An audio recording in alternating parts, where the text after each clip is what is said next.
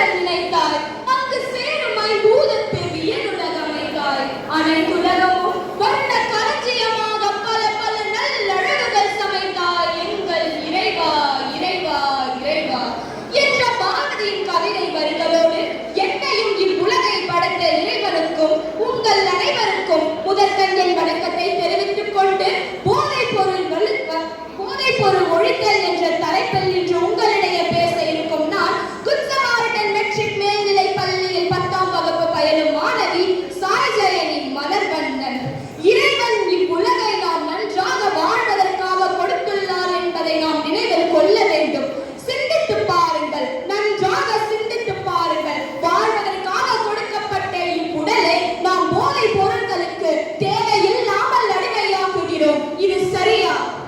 பிறப்பிலேயே எத்தனை குழந்தைகள் ஊனத்தோடு பிறக்கிறார்கள். வாய் பேச முடியாமல், காது கேட்காமல், நடக்க முடியாமல். ஆனால் இது எதுவும் இல்லாத நாம் நல்ல அறிவோடும் நல்ல ஆரோக்கியத்தோடும் இருக்கிறோம். ஆனால் அந்த மது என்ற ஒரு அரக்கனுக்கு அடிமையாகிறோமே, ஏன்? எதற்காக? போதை பொருளை பயன்படுத்துவதற்கு முன்பாகவும் போதை ஊசிகளை எடுத்துக் கொள்வதற்கு முன்பாகவும் உங்கள் பெற்றோர்களை, நீங்கள் பெற்ற பிள்ளைகளை, நீங்கள் கட்டிய மனைவியை எண்ணி பாருங்கள். நீங்கள் இல்லாமல் அவர்கள் எப்படி வாழ்வார்கள்?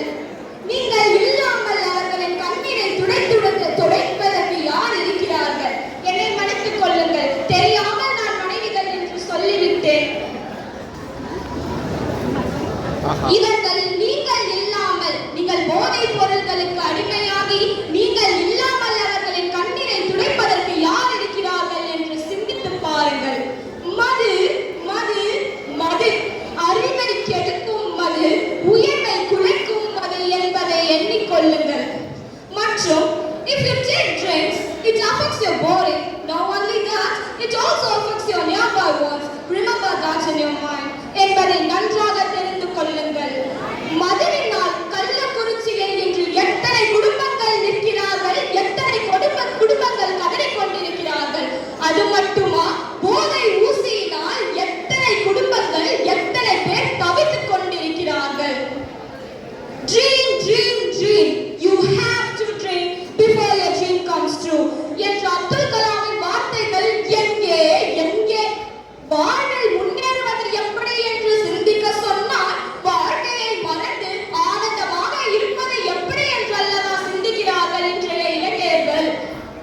இன்றைய இளைஞர்கள் நாளைய இந்தியாவின் தலைவர்கள் என்பதை நினைவில் கொள்ளுங்கள்.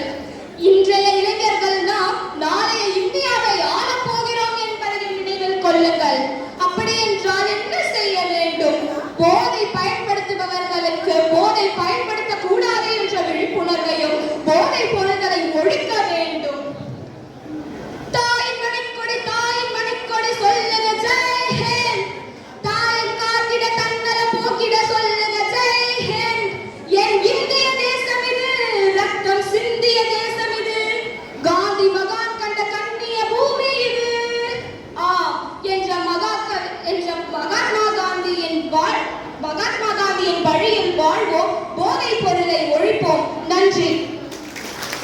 மிக அருமையான கம்பீரமான பேச்சு. கள்ளக்குறிச்சியில் ஏற்பட்ட சம்பவத்தை முன்னிட்டு தமிழ்நாடு முழுவதும் பாதிப்பு பற்றி தெளிவாக பேசிய சாய்ஜயனி அவர்களுக்கு காவல்துறை சார்பாக மனமார்ந்த வாழ்த்துக்களை தெரிவித்துக் கொண்டு அதனைத் தொடர்ந்து